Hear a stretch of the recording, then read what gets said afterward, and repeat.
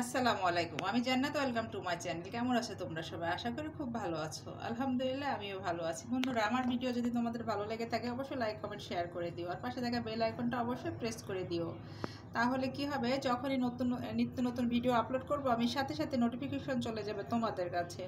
অবশ্যই কমেন্ট করে জানিও আমার রেসিপি, আমার রান্না কেমন লাগে তোমাদের কাছে। আমি এই যে এখন রান্না করব মাসকলাই ডালের বড়ি আর ঢ্যাঁড়স দিয়ে একটা সুন্দর চচ্চড়ি কিংবা ঝোল যেটাই বলো না কেন সেটা এখন করব। এই যে এখানে পেঁয়াজ পেস্ট, আদা রসুনের পেস্ট, এখানে লাল মরিচের গুঁড়া, ধনিয়া জিরা, লাল মরিচের গুঁড়া, তারপরে পাঁচফোড়ন নিয়ে নিয়েছি। এখন আমি চুলাতে তেল দিয়ে দিচ্ছি। বিসমিল্লাহির রহমানির রহিম।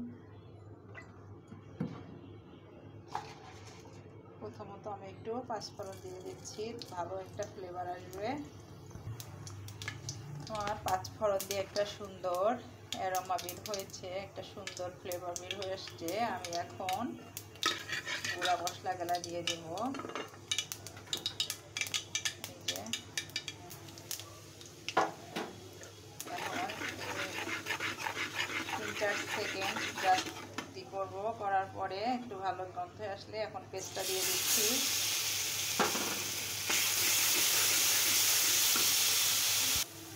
বন্ধুরা, মশলা থেকে তেলটা ছেড়ে দিয়েছে, আমি এখন একটু কিছুটা পানি দিয়ে দিচ্ছি, নাহলে নিচে লেগে যাবে। এখন মশলাটা আবার কষতে থাকবে সুন্দর মতো। আর আমি এই যে এখানে আরেকটা প্লেট বসিয়ে দিয়েছি, এখানে আমি বড়িগুলো ভেজে নেব। আমি সুন্দর করে মশলাটা কষিয়ে নেব। এখানে মশলাটা কষতে থাক, আমি এখন এই যে বড়িটা সুন্দর মতো ভেজে নেব লাল লাল করে। কারণ এটা লাল লাল করে ভাজলে এটার টেস্টটা অনেক গুণ বেড়ে যায়। আপনার মাছ মাংস যাই থাকুক না কেন, মাছ মাংস বাদ দিয়ে এই বড়িটা দিয়ে আপনি ভাত খেতে শান্তি বোধ করবেন অবশ্যই। আমার মশলা থেকে তেলটা ছেড়ে দিয়েছে, আমি এখন এই যে ঢ্যাঁড়সগুলা দিয়ে দিব।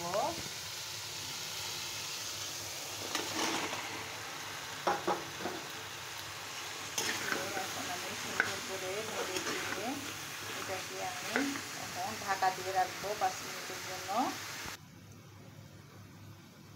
দেখো তোমরা, আমার বড়িগুলো সুন্দর মতো ভেজে নেওয়া হয়ে গেছে।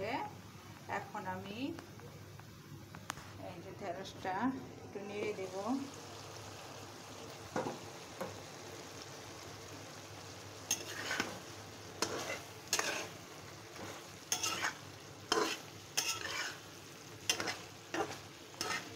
আমি এটাকে আবারও 5 মিনিটের জন্য ঢেকে দেব।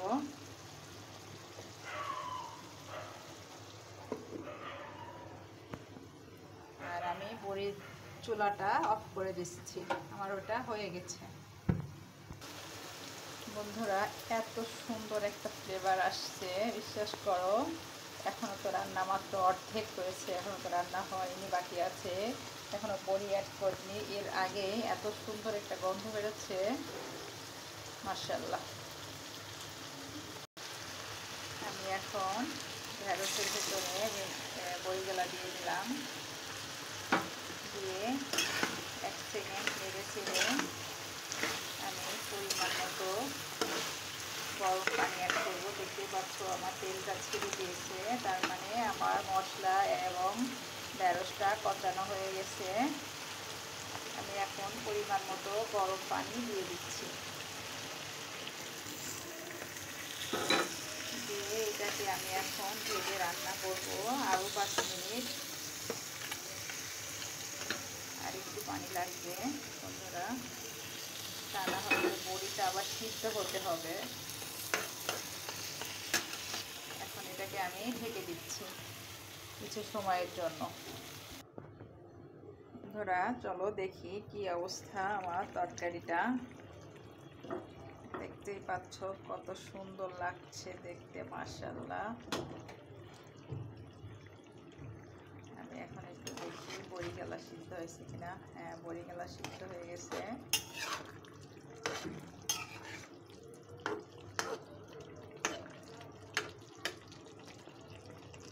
বন্ধুরা আমি এখন তোমাদের পরিবেশন করে দেখাবো, চলো যাই।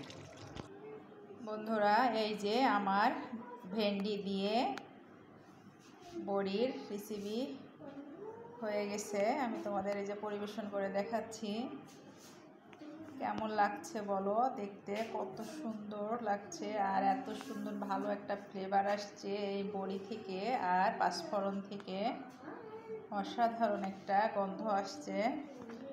বন্ধুরা আমার ভিডিও যদি তোমাদের ভালো লেগে থাকে অবশ্যই লাইক কমেন্ট শেয়ার করে দিও, আর পাশে থাকা বেল আইকনটা অবশ্যই প্রেস করে দিও। তাহলে কি হবে, যখনই নিত্য নতুন ভিডিও আপলোড করব আমি সাথে সাথে নোটিফিকেশন চলে যাবে তোমাদের কাছে। অবশ্যই কমেন্ট করে জানিও। আর বন্ধুরা তোমাদের পরিবার, আত্মীয় স্বজন, ফ্রেন্ড সার্কেল সবার কাছে অনুরোধ করছি আমার ভিডিওটা শেয়ার করে দিও, একটা লাইক করে দিও। তোমাদের একটা লাইক আমাকে অনুপ্রাণিত করে। অবশ্যই আমার চ্যানেলটাকে সাবস্ক্রাইব করে দিও। সবাই ভালো থাকো, সুস্থ থাকো। আসসালামু আলাইকুম।